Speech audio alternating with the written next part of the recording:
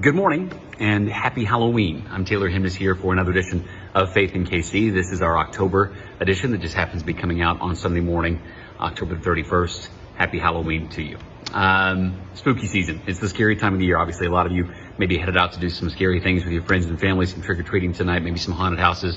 Hope you have a fun, safe time. How does that relate to faith exactly? Well, for this month's episode, because of the scary vibe of the whole month, I wanted to try and think of something frightening or intimidating or a lot for a lot of us. And the thing that someone suggested to me actually was the idea of prison ministry and talking to a chaplain from a local prison about the work that they do, because prisons are obviously scary places and most of us do not want to end up there. And I can't imagine what life must be like inside and trying to learn a faith, maintain a faith, find a faith, or not, and just live with what's going on behind those walls and behind those bars in many cases. My guest this week is Matt Mason. He's the chaplain at the Western Missouri Correctional Facility in Cameron, and he's been there for more than a decade. He was a preacher beforehand, which you'll hear him talk about, and he just told me about what it's like to sit across from these men and women and almost feel helpless at times. He definitely talks about the one thing he never says is, "I know how you feel," because he says, "I don't." You'll hear that in this episode as well. So I hope you don't mind me stretching the metaphor a little bit here with something scary for October, but this is it's a tough topic, and the work that he does is scary, but not necessarily because of where he has to be, but because of where a lot of these men and women are finding themselves spiritually in many cases. So I hope you'll enjoy this episode. As always, you can also listen to this if you'd rather just listen to it, don't have time to watch the video. Search for 41 Files on podcast, wherever you find your podcast. And you can reach out to me. I'm on Facebook, I'm on Instagram, I'm on Twitter. And you can email me, taylor.hemness@kshb.com.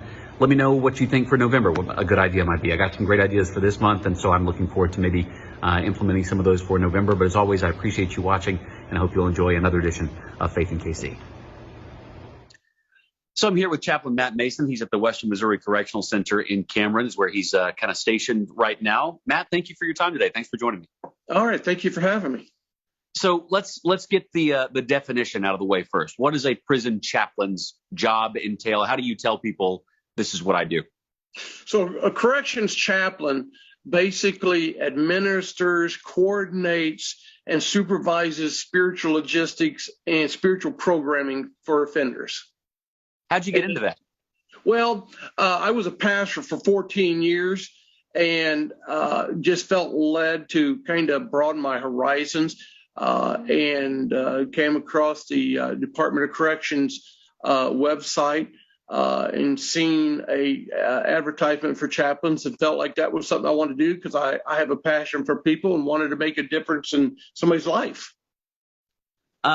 Pretty common for a lot of churches to have prison ministry, so to speak. And if that's not a term, again, if you're not familiar, if this is your first Faith in KC, this is not meant to be any one specific type of church. We cater to all different kinds of faiths. A lot of our episodes have been with members of different faiths. I grew up in the Church of Christ and have heard prison ministry, that term used a whole lot of people who are members of the church who come out to a prison and talk to people, minister to people there. Did you have any experience doing that during your time as a pastor before you started this? Yes, I started out as a children's pastor, then a youth pastor, then an outreach pastor, and worked on the streets as an outreach pastor in St. Louis and Kansas City. And also through one of my churches started a prison ministry and had gained experience. And so it was something that was a passion for me, outreach and the prison ministry. Again, it was all about people. And really, that's what a minister is. A minister is a servant. A minister is to people or serves people.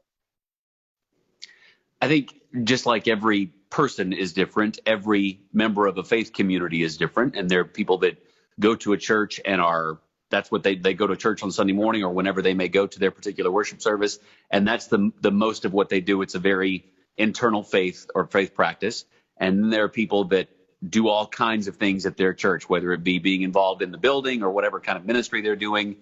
What kind of qualities does it take to do what you were just describing? Not just your job, but for someone who gets into outreach, and whether it's going into inner cities, coming to a corrections facility, what kind of qualities does it take for a person to be able to do that? The main thing is you got to have a passion for people.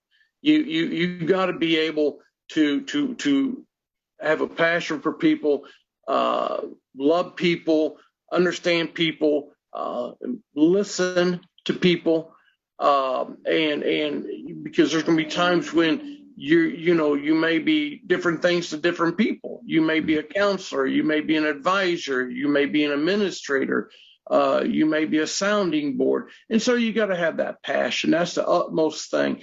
You got to love what you do, and on top of that, you got to be able to stay strong, because in corrections, there's times when you have your good days and your bad days. You're happy some days, and some days it's sad. You got to be able to stay strong, and that could apply to prison ministry, outreach ministry, any kind of ministry, as far as staying strong. Yeah. How long have you been doing prison ministry now, or working as a chaplain? How long have you been doing that? About 11 and a half years. About 11 and a half years. That switch from being a pastor to doing this full time, do you remember it being smooth or difficult? What do you remember about switching from being a pastor to working in the corrections offices? I remember my first day as a corrections chaplain, and it was night and day. As a pastor, you really take one-on-one and really take time with the folks, and you may have a congregation of 30, 40, 50. With a corrections chaplain, you have a quote-unquote congregation of about 1,200, 1,300, 1,400. And so you immediately find out that it's not a 3-ring circus, it's just about a 21-ring circus, and you have so many. And one of the main courses that a person should take is time management. I remember taking time management in college and thought, I don't know that I need this class. I was thankful that I took it, because certainly once I became a corrections chaplain, I had to use that time management quite a bit. And we're going to talk about the men and women that are in the corrections facilities a lot, but the first thing I was curious about as we talk about this job is, can you describe what they expect from someone in your job? Obviously, you have bosses you report to and that kind of thing, but the men and women who are behind bars, what do they expect from a chaplain?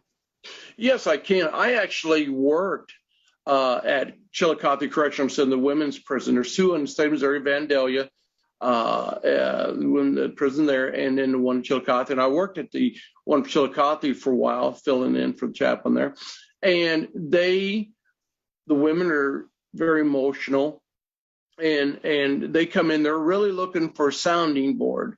And, there's times when they are upset about family or relationships, and so they're looking for more of a sounding board, somebody that will listen and not always want to add their 2 cents to it.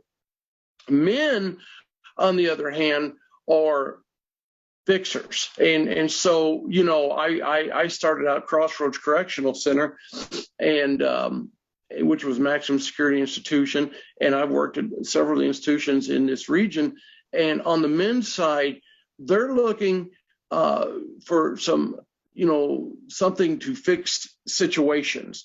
If it's a family issue, if it's a relationship issue, if it's a spiritual issue, they're wanting to find something that's going to fix that. And so the common denominator in all this is I do 2 things. The first thing that I do is listen. And the second thing that I feel that not only I, but any chaplain could and should bring to the table is a very, very powerful thing, and that's hope. That's the most powerful thing that you can give a person. And I've dealt with people that have one month left, and I've dealt with people that have 2 or 3 life sentences that are never getting out. And they've looked me dead in my eye and said it's hopeless. And I've been able to look back at them and said it's never hopeless. And that's the most powerful thing that you can give a person is hope. That's I knew coming into this conversation what we were going to be talking about, and still to hear you say you've had people that have 2 or 3 life sentences sitting across from you describing what it feels like is jarring to me. I cannot put myself in that situation, and obviously most of the people who are going to watch and listen to this can't either. The idea of hopelessness is something I think a lot of us can at least start to scratch at a little bit and have some inkling of what that feels like. We've all been in situations where I just don't see a way out of this. I don't see what we're going to do. But that's a whole different level of hopelessness. What does it do to you on the other side? I mean, how are you able to empathize with someone who you literally can't put your feet in the shoes of when you know what they're describing to you is something differently than you've ever felt that level of hopelessness? How are you able to empathize with someone? Yeah, somebody once said, don't judge a person unless you walk a couple miles in their shoes. Right. And one of the things, and I've taught, college courses, my students, one of the things I tell them is never tell somebody that you understand what they're going through, because you don't. And I have never sat across from an inmate and said, man, I sure do know what you're going through, because I don't. But yeah. I do, as you said, I do empathize with them. And it's really emotionally trying and draining, because here is somebody that may have had 30 seconds of anger and committed a crime, and now they're going to spend the rest of their life without getting out, no possibility of parole. Or, somebody has committed, an act or acts, and they're never going to get out, and they got, as I said, 2 or 3 life sentences, and you're sitting across from it, man, and it's flabbergasting. And many times in my career, people came into me looking for help or spiritual help or any kind of help, and I'm praying, what do I say that's going to make a difference in this conversation? Especially somebody that has a life sentence or, 70, 80, 90 years stacked against them. And again, that's where listening comes in. That's where empathy comes in. And that's why you got to have that passion, for people and listen to them. And I learned before I put several years into this, I was always a fixer. And so when I started as a corrections chaplain, when the men would come to me, I'd want to fix it. I'd want to put my 2 cents in and tell them what I thought. And I come to realize after a while, sometimes they're not wanting me to fix it. Sometimes they just want me to listen. And so I'm a talker, and I had to work real hard at keeping my mouth shut and letting these guys talk and letting these guys work it out. Because sometimes that's what they just want to do, is come somewhere that's safe and talk and work it out. And then all of a sudden I started noticing guys would come in and they might be a little angry, not at me, but at the situation, at themselves. And they'd start talking, or they'd be sad or whatever. And they talk and they'd work it out. Next thing I know, they'd stand up and say, "Chaplain, thank you, thank you, thank you, thank you." And I remember thinking, I haven't done anything. I haven't said anything. And it wasn't the fact that I, quote unquote, done anything or that I said anything. It was the fact that I listened. It was the fact that I didn't judge them. It was the fact that they were able to come to a safe place and work through their feelings. And I can remember several people that after they'd done that, you could just tell that a weight was lifted off of them. And because they started working through it. Tell me about access to a chaplain for the men and women behind bars, because I'm thinking about times in my life where I have had something that I've wanted to talk to I've had lots of pastors and preachers in my life at different churches I've moved it through along the way. I can think of small interactions where I've just wanted to come up and say, hey, can you be praying about this kind of thing? Or, hey, I need your advice on this kind of thing. And big things I've had in my life that I've had to kind of work myself up to go in and talking to my preacher about and saying, listen, I've got this thing that's going on. I really could use some insight. Either of those, I had some pretty easy access to the person who I was going to get that. What kind of access, what does the process look like if someone, one of the charges there wants to speak to you or come to the chaplain's office? Is it a simple thing to do? What's it look like when they do want to sit down and talk? So and I'll speak for myself I make it as easy as possible. I've always had what we call open door, which means a person can stop by anytime. and as long as there's not somebody else in my office, I'm more than happy to speak to them. So I have open door. Also, they're able to send a note to me, a line of communication, and say, hey, Chaplain, I'd like to talk to you. And if they do that, then I will call their caseworker and we'll get them sent up.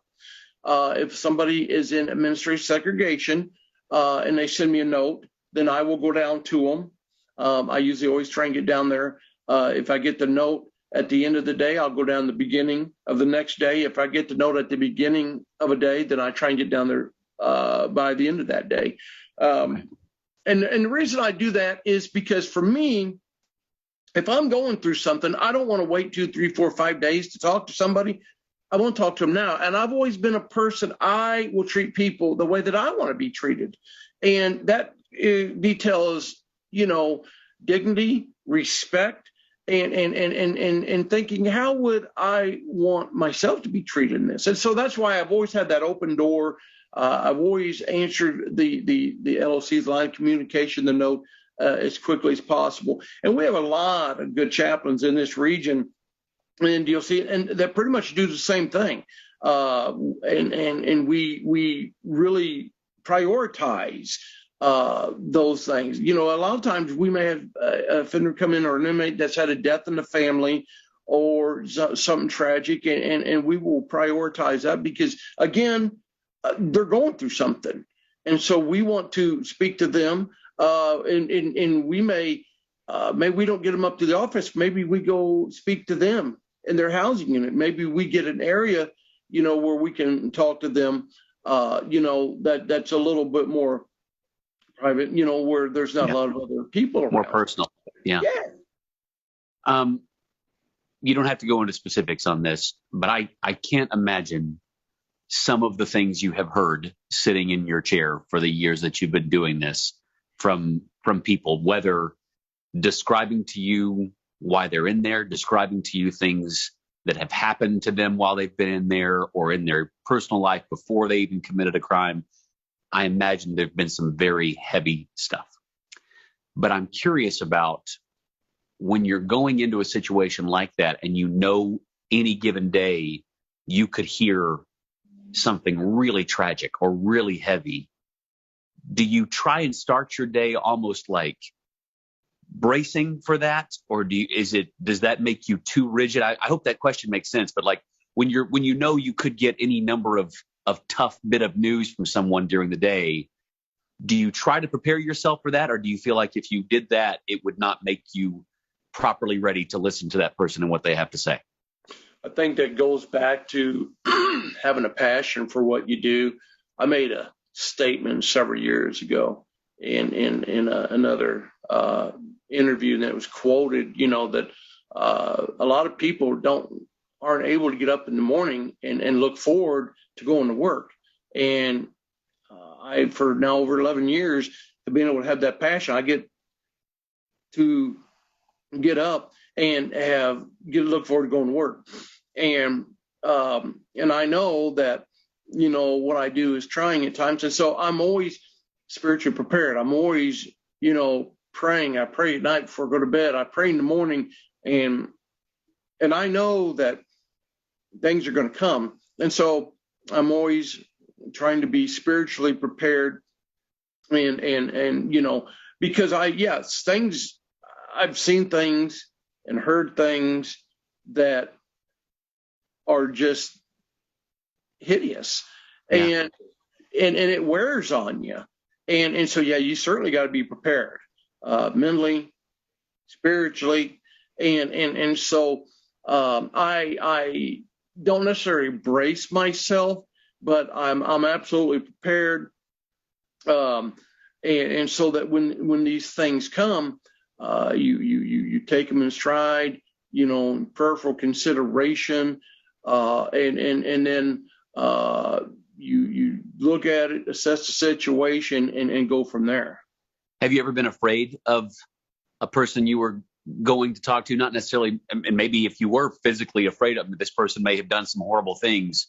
What's the fear like for you? Have you had moments of real, this makes me a little nervous to go do this conversation? I have been, I think, again, my first day, I was nervous. I've never really been afraid. I feel like God called me into this uh, career ministry. Hmm. I don't really call it a job. It's more of a ministry. Um, and I absolutely feel like God had called me into this ministry. The first day that I was there, I sat across from somebody that was never getting out, and started crying, and the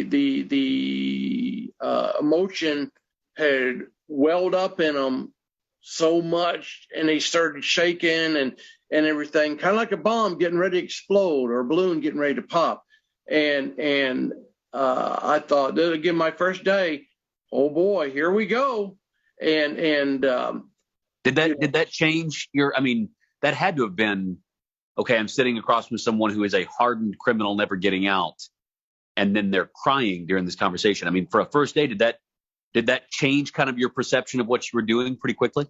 no, it really solidified because I it just kind of drew me in even more. And in talking to friends and family, and you don't share anything like this, but just letting them know, boy, I was kind of nervous today. I know that this was what I want to do for the rest of my life. There's everybody was like, there's something wrong with you. You get nervous, but that draws you in. And I said, absolutely. Yeah.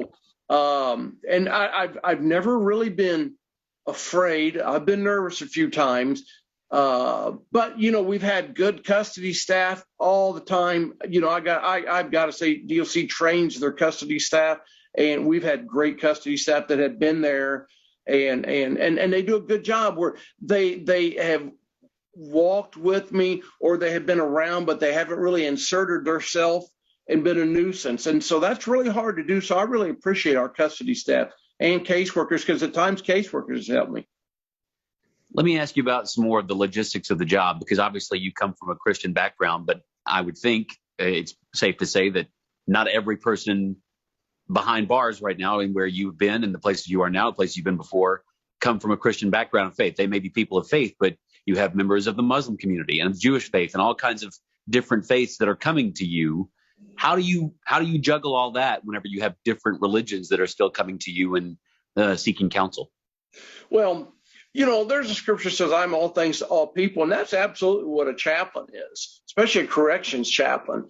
You're different things to different people. And so the one thing that I've always done is told the inmate population, I'm going to make you the best fill in the blank that you can be. A chaplain's got to be familiar with different faith groups. And so, I will tell an offender, I will make you the best fill in the blank. I will make you the best Muslim. I will make you the best Wiccan. I will make you the best Catholic. I will make you the best, Messianic Jew. I will make you the best, whatever it is, and I will help you. I will make sure and that we get you the material that's going to spiritually build you up. I will be here for you. If there's something I can do for you, let me know. And so sometimes when the guys come in, they have that mindset. Well, you're a Christian, you're going to be discriminatory. And the thing that I'll ask them, I don't talk about my faith, because my faith at work is not germane to anything. And so for over 11 years, I've always said, And they said, well, you're Christian, so you're not going to help me. I say, how do you know what I am?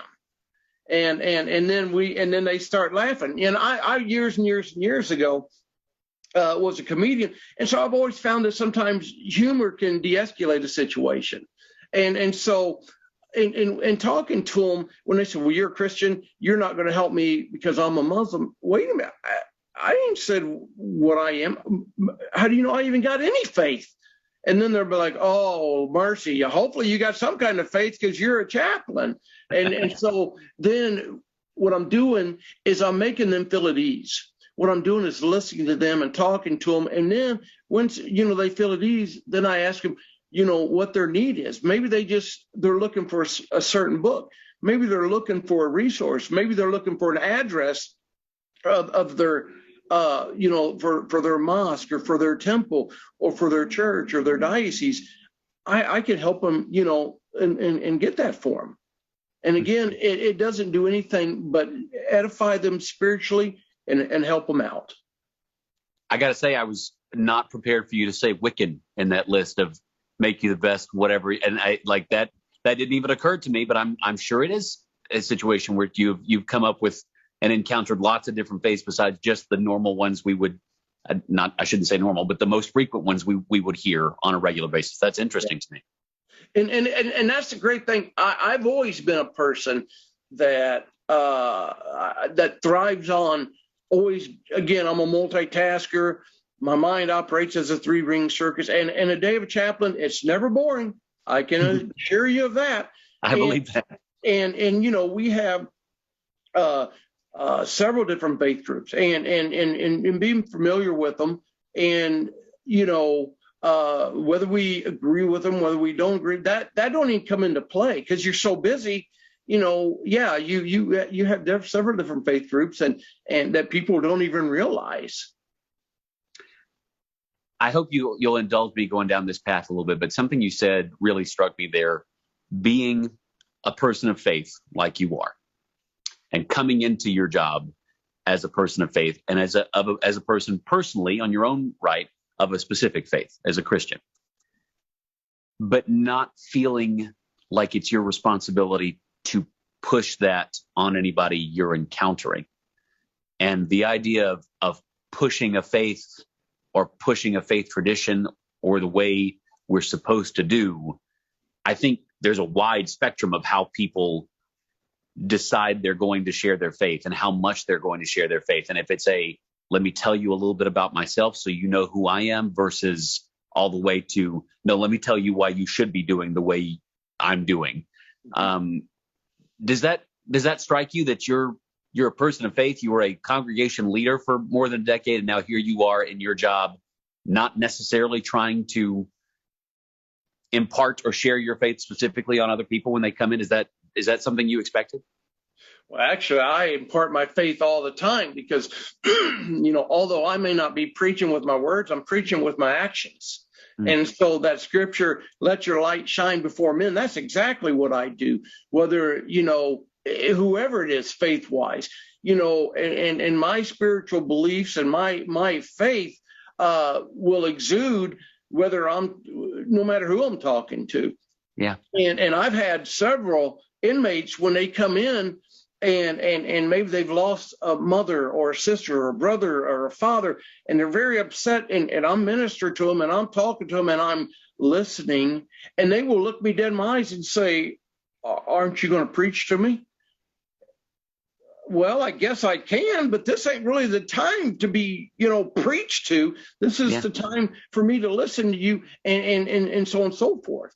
And so, and then afterwards, I think one of the greatest compliments is I've had many of the inmates get up and shake my hand and say, you're different than what I thought you were going to be. And I say, is that good or is that bad? Because they're looking for me to come in and for me to judge them or look down upon them. And again, I wouldn't want nobody to judge me or look down upon me, so I'm not going to do it to somebody else, especially if they've lost somebody in their life. And so through my actions, I'm preaching. And I've had, people throughout my time say, you don't act like a chaplain. And my question is, what does a chaplain act like? Am I supposed to speak King James English and walk around wearing a robe? Or, no, I'm an everyday person, and I'm thankful to God that He's allowed me to have such a great opportunity to be able to go into one of the most spiritually dark places and minister and speak to and help guys every day of their life. And one of the main things that I tell guys is make better choices.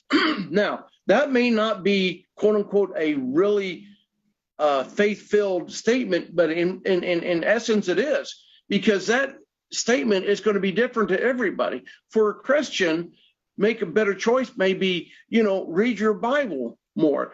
For a Muslim, that may mean you need to pray more. For a Catholic, that may mean you need to, pray your rosary more. For each person of faith, that statement, is going to mean something different.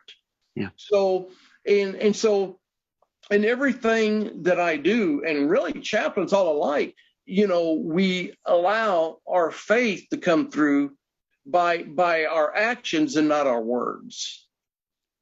I'm sure you've had conversations with people in your personal life where your job comes up if they don't already know what you do, and some of them or all of them have said, "Oh, I could never do that." Tell me about what you have learned about the incarcerated community and the people who have been incarcerated and are now out.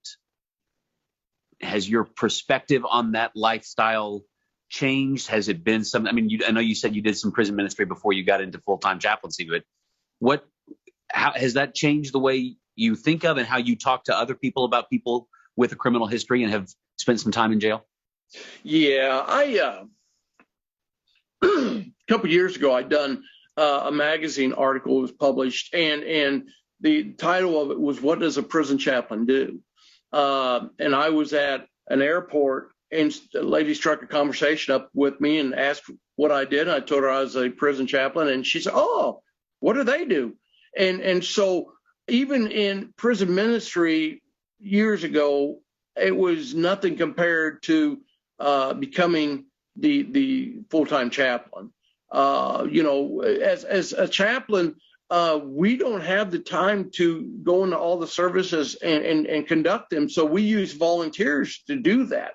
The chaplains do a lot of administrative logistics.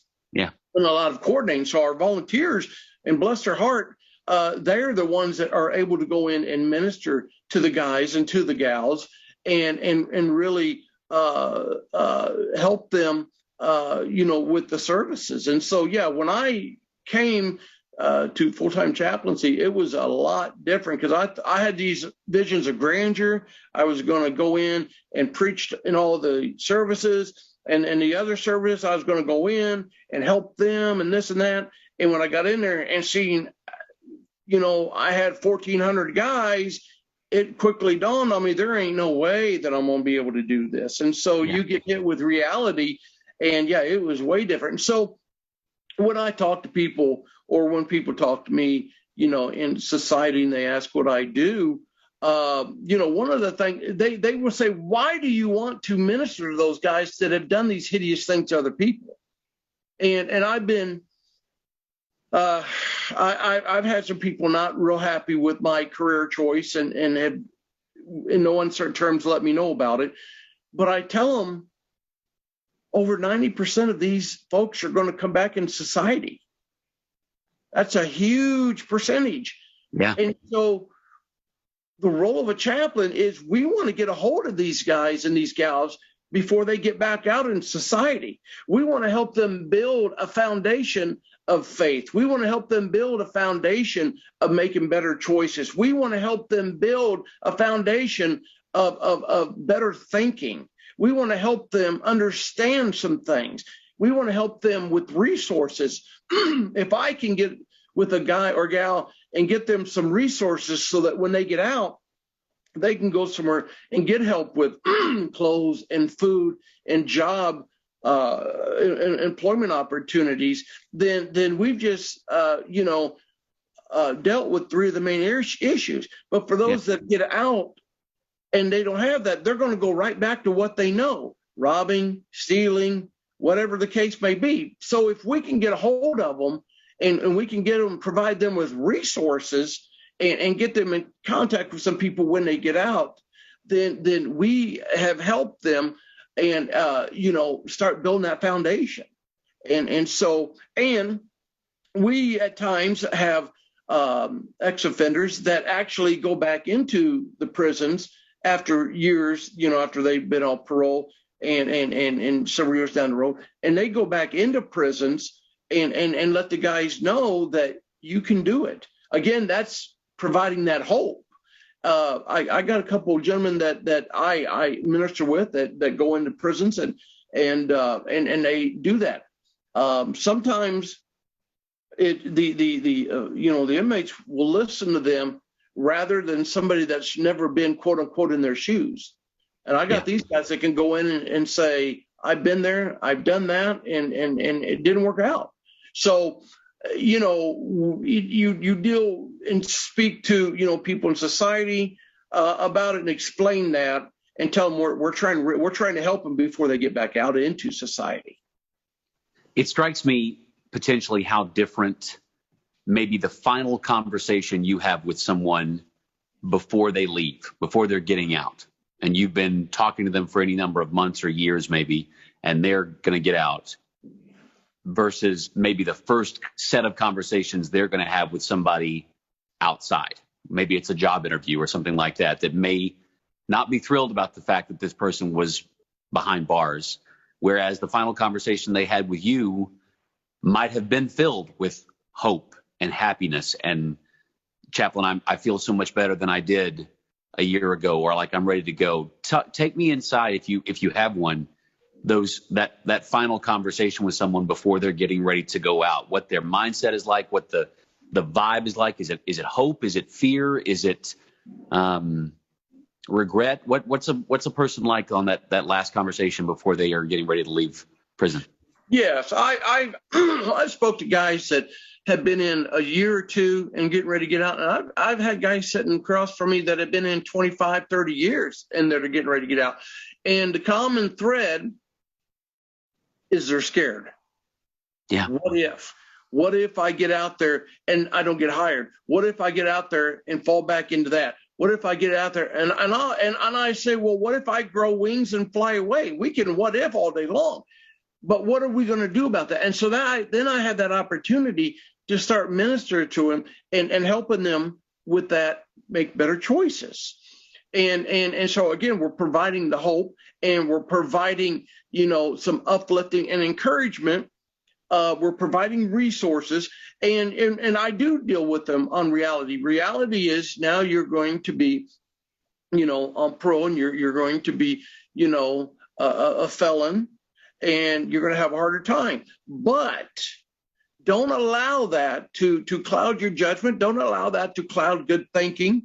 And get out there and one word, yet. I haven't got that good job yet. I haven't got, this yet. I haven't got my house all set up yet. And I'll tell them, hard work, dedication, you will get there. And again, we get them in touch with and a lot of people in society that can help them with that. And so down the road, they're thinking about these things, and I drill that word yet into them. And so when we get them in touch with other people, they will assist them with everything they need. For a guy that's been in for 25 years, he's getting out. He don't know what a cell phone is. Yeah. Last time he was writing checks. We have debit cards now. He don't know how to use a debit card. He don't know, what it is for all these things. And so we certainly have programs in our institutions that help them with this before they get out. But again, for me, when they come in and tell me these things, I get them in touch with some people on the outside once they get out, that's going to help them with these things. Because now, not only are they scared, but now they're embarrassed. Because when they get out, they're worried people are going to judge them. They're worried people are going to make fun of them, and so I let them know, and get them in touch with some people and say, these are some people that have either been where you were and they got out and done fine, or these are some people that specialize in helping guys. And then I encourage them and let them know that they're not there to make fun of you. They're there to encourage you and help you achieve success. And in doing all that, then it kind of gets them excited and looking forward to getting out. Yeah. Matt, I could talk to you all day. I think this is really interesting, but there is one more topic I wanted to touch with you a little bit, is to maybe offer some advice to people who hear this or listen to this that are considering doing prison ministry or do prison ministry as part of their various faith traditions. Can you give me maybe some advice on things you wish people who come into the prison to do ministry would do more of, and maybe something you wish they'd do less of whenever they come in? Maybe if there are any. I mean, anything you can tell me that someone's considering, or someone that does this on a regular basis, that you could change if you could on prison ministry.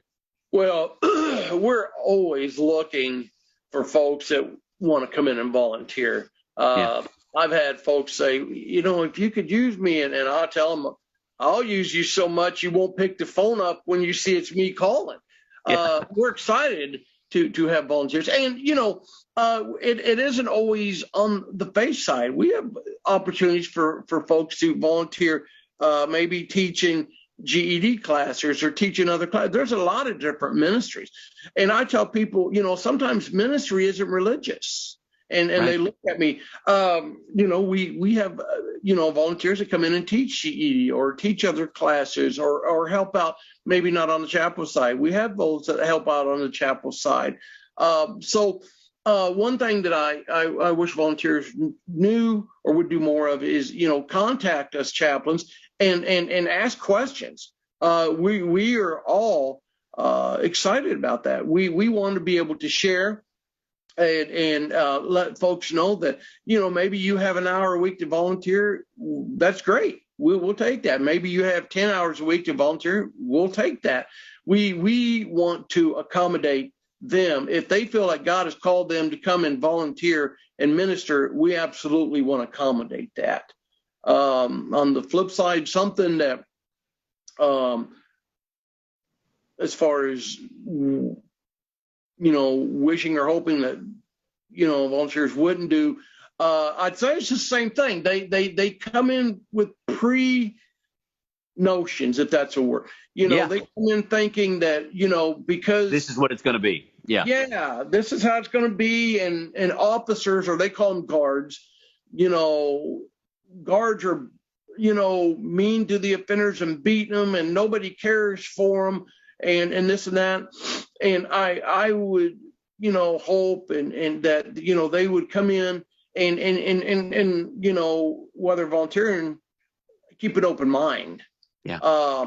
And I can never think of any volunteer that after, a couple of times coming in said, yep, I was right about that. They've always said, they could not believe how many programs we had. They could not believe, how much access to the chapel or to, spiritual materials that a inmate had. I mean, at our chapels, we have thousands of books. We have DVDs. We have CDs. Guys are able to check those out, and so now they got their tablets, and so they're able, to download and they have that on their tablets. Yeah. They're at a lot of our chapels. We have listening stations where a guy can go check a DVD out and watch a movie. And so a lot of times they're very surprised how much access they have. They're very surprised at how professional our staff is. They're very surprised at how accommodating our staff is. Last question I've got for you, Matt, is you've been doing this for a decade plus, specifically being a chaplain for a decade plus now. The idea of like real world faith has come to me as I've talked to you. That's a thought that's been kicking around my head during this conversation. And you've been exposed to more real world than most of us will ever be exposed to. It's very easy as a person of faith to, for lack of a better phrase, kind of sit in your tower and think the world is a certain way because you've never been out of the tower. You have been in the moat for a decade plus and seen a lot of it. How is your faith personally different now than it was 11 years ago when you started this? Yeah, before I became a corrections chaplain, I knew about prisons, because I'd done prison ministry, but I didn't know, the ins and outs. I didn't know why a lot of the inmates did what they did, and also what goes on in prisons and how dark of a spiritual environment that is. And sometimes people say just lock them up and throw away the key. Well, that's fine, I guess, for them. But the problem is these folks are going to get back out. And so chaplains, we want to go in there and we want, and we do. Somebody told me a while back, they came up and their words were, hey, I'm thankful for you, Matt, because you go in there and you do the dirty work. I'm not going in there. I'm not going to do that. You go in there, you do the dirty work, and help them out, and then they come back out. So, chaplains, we like to get in there and quote unquote do what somebody called the dirty work. And so, it's a very revealing atmosphere when you get in there. And I travel on the weekends and I speak at different churches and do different events. And so people are always asking what it's like to be a correction chaplain or work in a prison and always wanting stories. And I try to keep stories out of it, and I try not to do a lot of talking outside of, the job about experiences and so forth like that, because, people that don't or are not associated or familiar with prison or prison ministry give you this certain look like, oh my word. And so, but you don't want to sensationalize. It's people's real lives. You're not trying to sensationalize things. Not at all. Yeah. And there's things and, on TV sometimes, that will sensationalize things. Now, bad things happen, horrible things happen, but, it all happens and people, it's in their lives. And that's one thing that, as chaplains, we take very seriously is, the fact that, when these guys come to us or these girls come to us, it's our privilege to be able to minister to them. And they're coming in, they're taking a risk. They at first they don't know us. They don't know if we're going to yell at them, scream at them, judge them, be condescending. So they're taking a risk. So, it is very humbling for folks to come in and entrust you like that.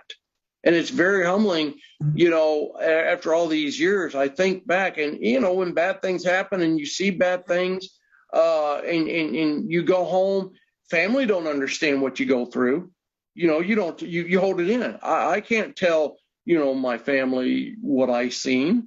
You can't tell your friends what you've seen. So you hold it in. So, it's the same for any of our staff, officers especially. And so, we rely on each other. That's why we say, the department is our family. And I've talked to many of the folks, probably wouldn't be doing what I'm doing now without, some of these fine folks and wardens and deputy wardens and other chaplains that I've spoke to. And you get that tight family bond. And so just a blessing to be able to do all these years what God has called me to do. Matt, I can't thank you enough for your time today. This has been, eye-opening, but maybe different kind of eye-opening than I thought about it was going to be. So I appreciate your insight and your thoughts.